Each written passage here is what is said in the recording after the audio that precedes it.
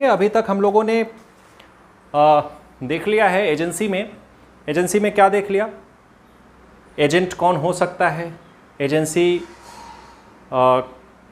में एजेंट और प्रिंसिपल की भूमिका क्या होती है, कौन होते हैं और कौन अपॉइंट कर सकता है, कौन नहीं कर सकता है, कौन एजेंट बन सकता है, ये सारी बातें हम लोग देख चुके हैं। आज हम लोग देखते हैं कि एजेंसी का निर्माण, क्रिएशन ऑफ एजेंसी होता कैसे है। ठीक है, एजेंसी का क्रिएशन होता कैसे है, ये समझने की बात है। तो इसकी एजेंसी यानी अभिकरण जो है, जिसको हिंदी में अभिकरण बोलते हैं, इसको बनाने के तरीके क्या हैं, किन स्थितियों में एक एजेंसी अपनी अस्तित्व में आती है। एजेंसी माने, पहले मैं आपको बता चुका हूं कि प्रिंसिपल और एजेंट का जो संबंध होता है, that is called agency, relation of principal and agent is agency. तो देखिए, चार स्थितियां हैं, या इन्हीं के द्वारा आप कह सकते हैं, इन्हीं के द्वारा, इन्हीं माध्यमों से, इन्हीं तरीकों से एक एजेंसी का निर्माण होता है। और एजेंसी माने relation between principal and agent, right. तो पहला तरीका है by an actual authority to contract.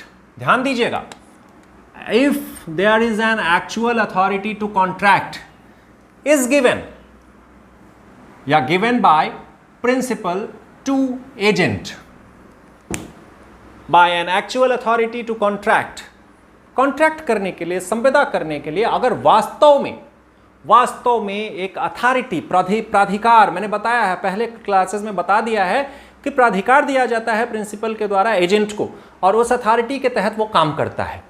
तो authority to contract given by principal to agent, अगर मालिक द्वारा एजेंट को कोई प्राधिकार दिया जाता है तो उसके द्वारा, डायरेक्ट अथॉरिटी अगर दी जा रही है, एक्चुअल अथॉरिटी दी जा रही है, तो उसके द्वारा।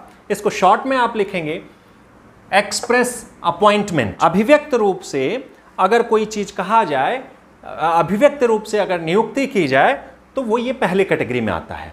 क्लियर?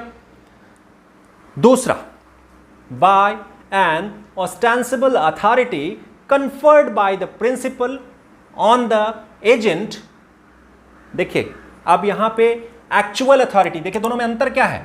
पहले वाले में एक्चुअल कहा गया है, यहां कहा गया है ऑस्टेंसिबल। ऑस्टेंसिबल को क्या कह सकते हैं? अपरेंट। अपरेंट माने दृश्यमान। एक शब्द मैं हिंदी में बता रहा हूं, ज्यादा हिंदी वालों को समझ में आएगा कि इसका मतलब क्या हुआ? दृश्यमान, जो दिख रहा हो कि ऐसा कोई अथॉरिटी प्रिंसिपल के द्वारा दी गई है। Though not actual authority has been given. देखिए, बातें यहीं से इन दोनों में अंतर होगा, पहले और दूसरे में। पहले वाले में एक्चुअल अथॉरिटी एजेंट को देके उसको बना दिया जाता है कि तुम हमारे एजेंट हो गए, इसलिए उसको एक्सप्रेस अपॉइंटमेंट कहा जाता है। दूसरा क्या है? ऑस्टेंसिबल यानी अपरेंट अथॉरिटी, दृश्यमान, जो दिख रहा हो कि ऐसी अथॉरिटी प्रिंसिपल के द्वारा एजेंट को दी गई है। Conferred by the principal on agent, even though, आगे बात कहता है, यद्यपि no actual authority has been given, यानी फर्स्ट वाला केस दूसरे वाले में लागू नहीं हो रहा है, केवल दिख रहा है कि ऐसी अथॉरिटी इसके द्वारा दी गई है, ऐसा प्रतीत हो रहा है, अपरेंट है, ऑस्टेंसिबल है। इसलिए इसको क्या कहेंगे? अगर शॉर्ट में आप लिखें तो कहेंगे इम्प्लाइड और बाय द कंडक्ट और situation of the parties. Implied शब्द आप शुरू से पढ़ते चले आ रहे हैं, जनरल प्रिंसिपल्स ऑफ कॉन्ट्रैक्ट के जमाने से पढ़ते चले आ रहे हैं, आपको पता होगा। विवक्षित रूप से, अब विवक्षा कैसे होती है, किसी चीज की विवक्षा कैसे की जा सकती है, आप कैसे समझ सकते हैं वो इम्प्लाइड है, उसको देखना होगा बाय द कंडक्ट और सिचुएशन। क्या ऐसा आचरण किया गया है? किसके द्वारा? प्रिंसिपल के द्वारा आचरण किया जा रहा है कि एक दूसरे को प्रिंसिपल और एजेंट का रिलेशन माना जा सके, ऐसा कंडक्ट हो या ऐसी परिस्थितियां हो। तो इम्प्लाइड वाला जो मामला होता है, विवक्षित वाला जो मामला होता है, वो होता है बाय द कंडक्ट ऑफ। ये कैसे माना जाएगा? बाय द कंडक्ट और सिचुएशन ऑफ पार्टीज। ये तीसरा पॉइंट है, शॉर्ट में आप लिखेंगे इम्प्लाइड और बाय द कंडक्ट और सिचुएशन ऑफ पार्टीज। तो तीसरा बिंदु है by an implication of law in case of necessity. आवश्यकता के कारण कोई संबंध बन गया और लॉ में उसको मान लिया जाएगा। तो इसको शॉर्ट में कहा गया by the necessity of the case. Case माने मामला, मामले की आवश्यकता क्या थी। अगर ऐसी कोई आवश्यकता थी कि एक व्यक्ति ने दूसरे के लिए इमरजेंसी में कुछ ऐसा काम कर दिया है, तो जो एक व्यक्ति को सामने वाले के लिए करना चाहिए था उसके हितों को बचाने के लिए, और ऐसा अगर कुछ काम कर दिया गया है तो वो माना जाता है नेसेसिटी, आवश्यकता। अभी हम लोग इसको विस्तार से पढ़ेंगे, अभी आप सिर्फ यहां पे इतना नोट डाउन कर लें। चौथा पॉइंट क्या है, by the principles ratification. Ratification भी हमने आपको जनरल प्रिंसिपल्स में एक दो जगह बताया है। रेटिफिकेशन माने क्या हुआ, हिंदी में अनुसमर्थन, किसी चीज को सपोर्ट कर देना। आपने कुछ हमारे लिए काम किया इस विश्वास में कि आप कर सकते हैं, लेकिन वास्तव में आप ऑथराइज नहीं हैं और आपने उस काम को किया। अब मैं उससे बाध्य हूं कि नहीं हूं, तभी बाध्य होऊंगा जब मैं उस बात को, जो आपने एक्ट किया है, उसको मैं अपने बातों से, अपने आचरण से सपोर्ट कर दूं। तो सपोर्ट करने को कहा जाता है रेटिफिकेशन, अनुसमर्थन। तो by the principles ratification of a contract entered into bye an agent. एक कॉन्ट्रैक्ट का जो एजेंट ने किया है ऑन प्रिंसिपल्स बिहाफ। देखिए यहां पे बिहाफ किसका होगा, प्रिंसिपल मालिक के ही लिए किया है, और मालिक के लिए ही अगर किया है तो अगर उसका मालिक अनुसमर्थन कर देता है उस बात को, उस कॉन्ट्रैक्ट को सपोर्ट कर देता है कि ठीक है इसने जो किया वो मैं मान लेता हूं कि मेरे लिए किया गया है, तो वहां क्या होगा, but without its authority. Line समझिएगा कि एजेंट ने प्रिंसिपल के बिहाफ पे काम कर दिया, but actually he was not authorized to do so by principal. ठीक है, और उस बात में, उस कॉन्ट्रैक्ट को प्रिंसिपल का रेटिफिकेशन मिल जाता है, प्रिंसिपल रेटिफाइज इट।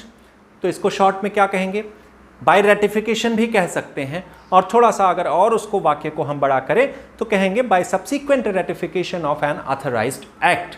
सब्सिक्वेंट माने आगे चल के हमने अगर किसी unauthorized act, unauthorized act means unauthorized act of agent, unauthorized means which was not authorized by principal, and who has done it, agent has done it on behalf of principal, and subsequently principal ratifies it। उसको कह देता है मेरा है, तो मान लिया जाएगा वहां भी एजेंसी का दोनों में संबंध स्थापित हो गया। ठीक है, तो इतनी बातें आपको समझ में आई। पहला एक्सप्रेस अपॉइंटमेंट, दूसरा इंप्लाइड अपॉइंटमेंट कह सकते हैं, तीसरा by necessity of the case, चौथा by subsequent ratification of an authorized act by whom? by principal। अब देखिए दो बातें इसमें नोट करने लायक हैं इन चारों बिंदुओं पे, कि जहां पे इन प्रकारों से या इन तरीकों से निर्माण होता है एजेंसी का, उसमें दो बातें समझने लायक हैं। ये जो पहला वाला बिंदु है, पहले को और चौथे को मुझे 1 और 2 पे रखना चाहिए था, लेकिन मुझे चौथा बाद में बताना है, इसलिए मैंने 1 और 4 में डिस्टेंस बना दिया। तो 1 और 4 जो ऐसे मामले होते हैं, ऐसी स्थितियां होती हैं, इन दीज 2 केसेस क्या हो सकता है, प्रिंसिपल कैन स्यू। प्रिंसिपल के ऊपर अगर कोई मामला आता है तो प्रिंसिपल क्या करेगा, principal can sue and be sued. ध्यान दीजिएगा, पहले और चौथे को आप मेंशन कर लीजिएगा कि इन मामलों में प्रिंसिपल के ऊपर वाद लाया जा सकता है इन ब्रीच ऑफ एनी, जो भी कंडीशन, कॉन्ट्रैक्ट जो भी होगा, जो भी कंडीशंस हो, उसमें अगर प्रिंसिपल के ऊपर इन 2 मामलों में वाद लाया भी जा सकता है और प्रिंसिपल के द्वारा भी वाद लाया जा सकता है तृतीय पक्षकारों या जो भी संबंधित पार्टीज होंगी। Principal can sue and be sued, ध्यान रखिएगा, पहले और चौथे मामले में। ठीक है, लेकिन दूसरा और तीसरा जो आपका मसला है, ये वाला है दूसरा और ये है तीसरा। इसमें क्या होगा, इसमें can be sued, can be sued, ये प्रिंसिपल कैन बी सूड, मतलब इसके ऊपर वाद तो लाया जा सकता है, लेकिन क्या ये वाद ला सकता है principal can sue? Not always, not always ला सकता है, लेकिन परिस्थितियां ऐसी हो सकती हैं कि जहां पे उस पे उसके द्वारा वाद नहीं लाया जा सकता। In these two cases the principal can be sued but can not always sue. ये बात आप ध्यान में रखिएगा, इतना लिख के रखिएगा, बाद में कभी आप इसमें मंथन करेंगे तो आपको चीजें समझ में आएंगी। ठीक है, तो पहली और चौथी स्थिति में principal can sue and be sued, but in these two, second and third, principal can be sued but can't always sue, ऐसे कह सकते हैं, हमेशा वाद नहीं ला सकता है। पहला क्या है, एक्सप्रेस अपॉइंटमेंट। जब बात आती है कि अपॉइंटमेंट की, तो there are 4 modes, you can say 4 methods of creation of agency, in which express appointment is first one. और हम इसके बारे में बात करेंगे कि क्या होता है एक्सप्रेस अपॉइंटमेंट। इससे रिलेटेड प्रोविज़न हमारे इंडियन कॉन्ट्रैक्ट एक्ट में कहाँ दिए हैं, तो मैं आपको, शायद मुझे कुछ आज स्ट्राइक कर रहा था कि मैं बता चुका हूँ, लेकिन फिर भी इसको रिपीट कर रहा हूँ। 186 एंड 187 में एक्सप्रेस और इम्प्लाइड एजेंसी के बारे में बात की गई है। By an actual authority to contract given by principal to agent, इस लाइन से ही चीज़ें क्लियर हो जाती हैं कि what is express appointment of an agent.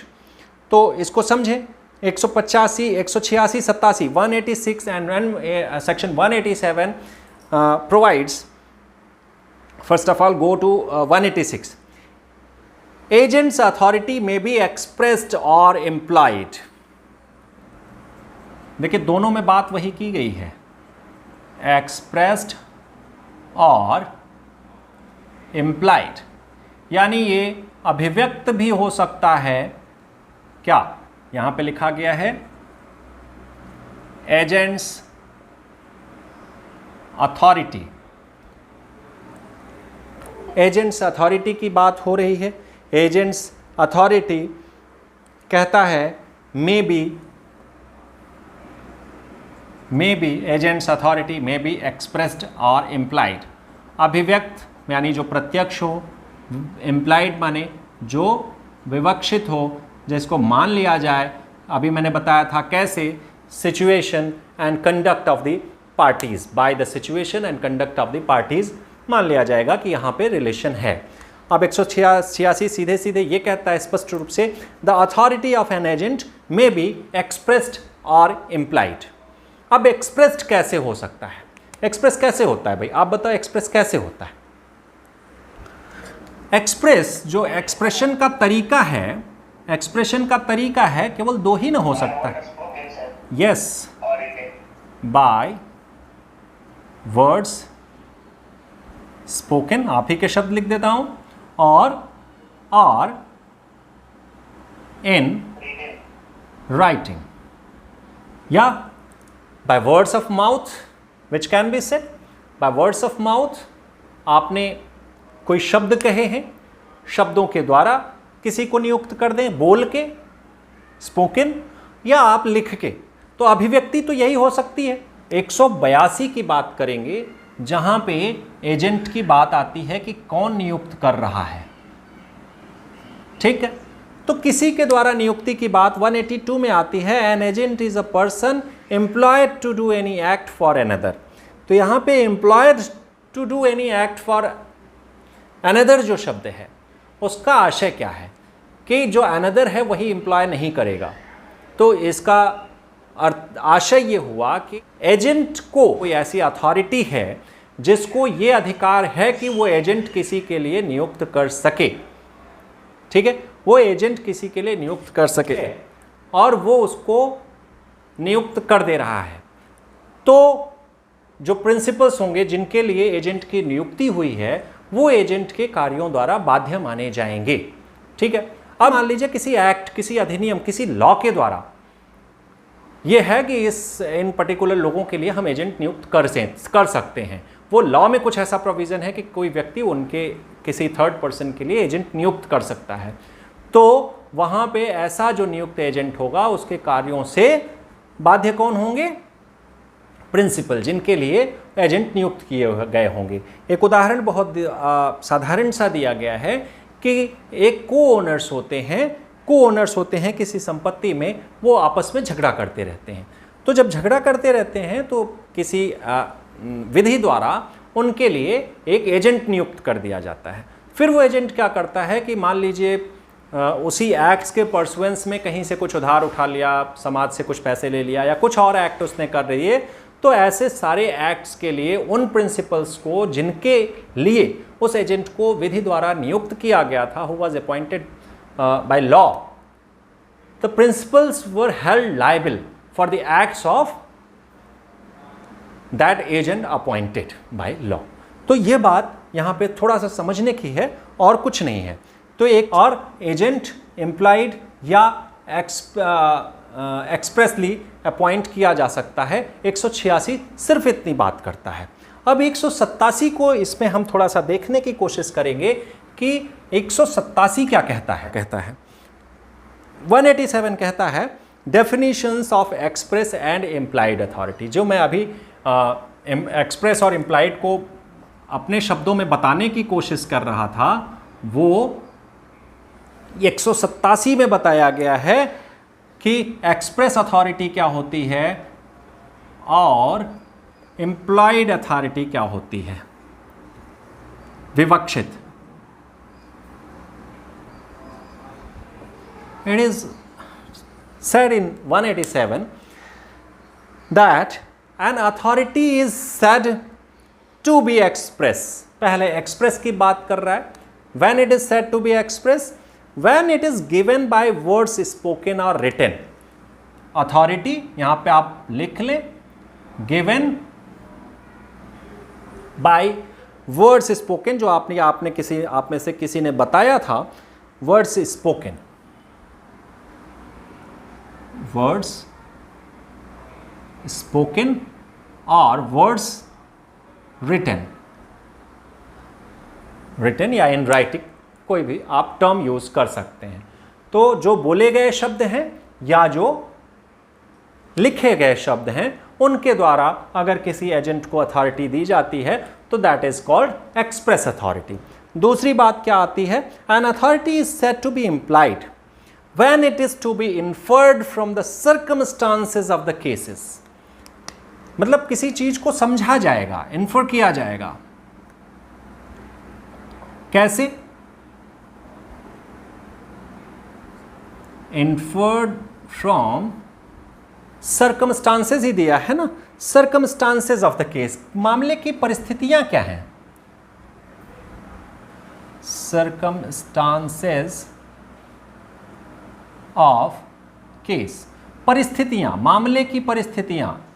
Hindi में मामले की परिस्थितियां क्या हैं? कैसे काम कर रहा है एजेंट, क्या कर रहा है, मालिक से उसके क्या रिलेशन हैं, क्या देखने पे ऐसा लग रहा है, मामले की परिस्थितियों से क्या प्रतीत हो रहा है। एक सामान्य प्रज्ञा का आदमी क्या एक एजम्पशन बना सकता है कि नहीं ऐसा होगा इन दोनों के बीच में रिलेशन, वो कहा जा रहा है कि inferred from circumstances of cases, things spoken और रिटन और the ordinary course of dealing may be accounted circumstances of the cases.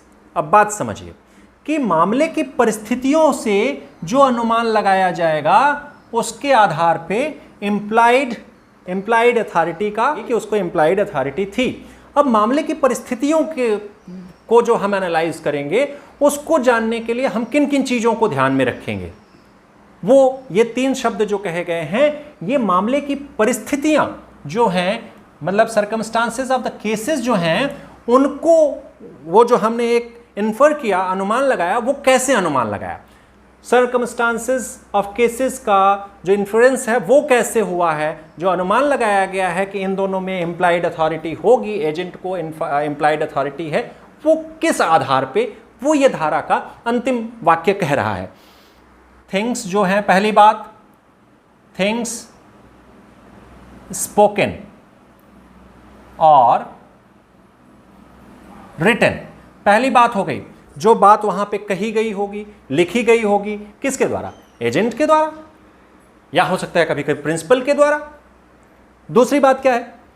दूसरी बात है और the ordinary course of dealing, उन मामलों में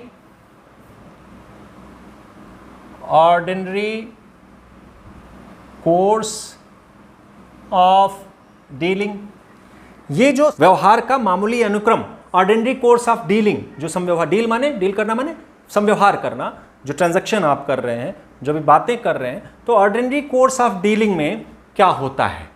एक जो वो यूसेज हैं, कस्टम्स हैं उस पर्टिकुलर बिजनेस की, जिसमें ट्रेड की, जिसमें एजेंट डील कर रहा है, उसमें क्या होता है? ऑर्डिनरी कोर्स ऑफ डीलिंग में क्या होता है, वो क्या कर रहा है? तो पहली जो शब्द बोले या लिखे गए हैं, या ऑर्डिनरी कोर्स ऑफ डीलिंग में क्या वो कर रहा है, ठीक है, may be accounted circumstances of the cases. इन दोनों इस मामलों को, इन दोनों बातों को इस अनुमान लगाने में यूज किया जाएगा। These two things will be used for inferring the circumstances of cases. Illustration दिया है, उसको देखिए। A owns a shop in Serampore. Suppose that A is a principal, ठीक है, यहां प्रिंसिपल मान लीजिए। इसकी एक शॉप है। शॉप कहां है? सेरमपुर नाम की जगह कहीं होगी, सेरमपुर में है। A की shop, A is the owner of that shop. लेकिन इसकी प्रॉब्लम क्या है? ये हमेशा इस शॉप को विजिट नहीं कर पाता है, ठीक। तो इसने एक आदमी सेरमपुर में है और ये कलकत्ता में रहते हैं, सेरमपुर में शॉप है, और कह रहा है and visiting the shop occasionally, कभी कभी शॉप को जाता है देखने कि वहाँ काम क्या चल रहा है। The shop is managed by B. अब शॉप अपने से तो चलेगी नहीं, कौन मैनेज कर रहा है? Managed by any other person who is known as B. B के द्वारा किया जा रहा है। अब भी इस शॉप को चलाने के लिए आप खुद समझिए कि कुछ ट्रांजैक्शंस करेगा, तीसरे लोगों से कुछ खरीदेगा, चौथे लोगों को बेचेगा, मतलब सप्लायर से इनपुट लेगा, आउटपुट अपने कंज्यूमर्स को देगा। ये सब काम ये कर रहा है। B is doing all such activities for operating this shop. और वो किसके नाम से कर रहा है? ध्यान दीजिएगा, वो दूसरों को ऑर्डर करता है इनपुट के लिए, अपने माल मंगाने के लिए वो सप्लायर्स को ऑर्डर करता है इन नेम ऑफ ए। ध्यान दीजिएगा, मालिक के नाम से। उनको पेमेंट भी मालिक के नाम से कर रहा है। तो जो थर्ड पर्सन लोग हैं वो क्या समझेंगे? मामले की परिस्थितियां, circumstances of the cases, ordinary course of dealing, जो सामान्य अनुक्रम में क्या काम कर रहा है। सामान्य अनुक्रम में भाई कोई चीज खरीदी जाती है, बेची जाती है, और खरीद रहा है, बेच रहा है, इनके नाम से कर रहा है। सबसे बड़ी बात इसको ध्यान में रखने वाली है, नाम इनका रख रहा है, कहीं भी अपना नाम नहीं बीच में डाल रहा है। तो सर्कमस्टांसेस ऑफ केसेस को समझने के लिए ऑर्डिनरी कोर्स ऑफ डीलिंग और थिंग्स स्पोकन और रिटन, तो यहाँ ऑर्डिनरी कोर्स ऑफ डीलिंग में ये सारे काम हो रहे हैं, सामान्य अनुक्रम में हो रहे हैं, व्यवहार के सामान्य, व्यापार के सामान्य अनुक्रम में हो रहे हैं। तो क्या माना जाएगा इसको? यहाँ पे मान लिया जाएगा कि जो बी है वो is working in capacity of as agent. यही इसमें कहा गया है और कुछ नहीं कहा गया है। अब क्या कह रहा है? And he is in the habit of ordering goods from C. C को ऑर्डर करता है, जो मैंने बताया कि सप्लायर्स को ऑर्डर करता है, विद है from C in name of A for the purpose of the shop and of paying for them out of A's fund. भाई इसके नाम से ले रहा है, इसी का पैसा आएगा, जो बेच रहा है, खरीद रहा है, फंड इसका ना जनरेट हो रहा है, उसी से पैसा भी पेमेंट कर रहा है विद एज नॉलेज। अब भाई ए ने अपना, अब देखिए यहां पे कंडक्ट की बात आती है। मैंने शुरू में बताया था कि कंडक्ट और सिचुएशन जो भी होगी, तो कंडक्ट ए का क्या है? विद एज नॉलेज, यानी A being a principal has given his consent to B to do all such acts, right. तो यहां इसका कंडक्ट बना रहा है कि ये एजेंट हुआ। अब इसी तरह से B has an implied authority from A to order goods from C in the name of A for the purpose of shop. Means यहाँ पे जो सारी मामले की परिस्थितियों के अवलोकन से पता लगता है, by observing all the circumstances of the case, B is agent of A. यहाँ पे ये इसका मामला यहाँ पे ख़त्म होता है। मैंने आपको एक केस बताया था, ये इलस्ट्रेशन है, इलस्ट्रेशन बहुत आसान सा है और बहुत एलेबरेटिव है, समझ सकते हैं आप। स्मिथ वर्सेस मोज का मामला था। इसमें क्या था, एक माँ होती है, उसकी कार होती है और उसने अपने बेटे को दी होती है चलाने के लिए, और उसके सारे पेट्रोल के खर्चे, रिपेयरिंग के खर्चे, जो भी खर्चे होते हैं कार, ये माँ के द्वारा बेयर किया जाता है। और कोई एक्सीडेंट हो जाता है लड़के से, अब लड़के को माँ का एजेंट माना जाता है और निर्णय भी यही आता है कि यहाँ पे ए को, मतलब जो बच्चा है, जो लड़का है, वो माँ का एजेंट माना जाएगा, जो कि कार उसकी थी और उसके बिहाफ पे ये काम करता था। तो ये एक केस था। और एक केस और आता है जो अभी हम ऑर्डिनरी कोर्स ऑफ डीलिंग या यूसेज ऑफ जो बिजनेस है उसके अकॉर्डिंग अगर कोई काम कर दिया जाता है तो उसके लिए भी लायबिलिटी ओनर की ही फिक्स होती है, प्रिंसिपल की ही फिक्स होती है।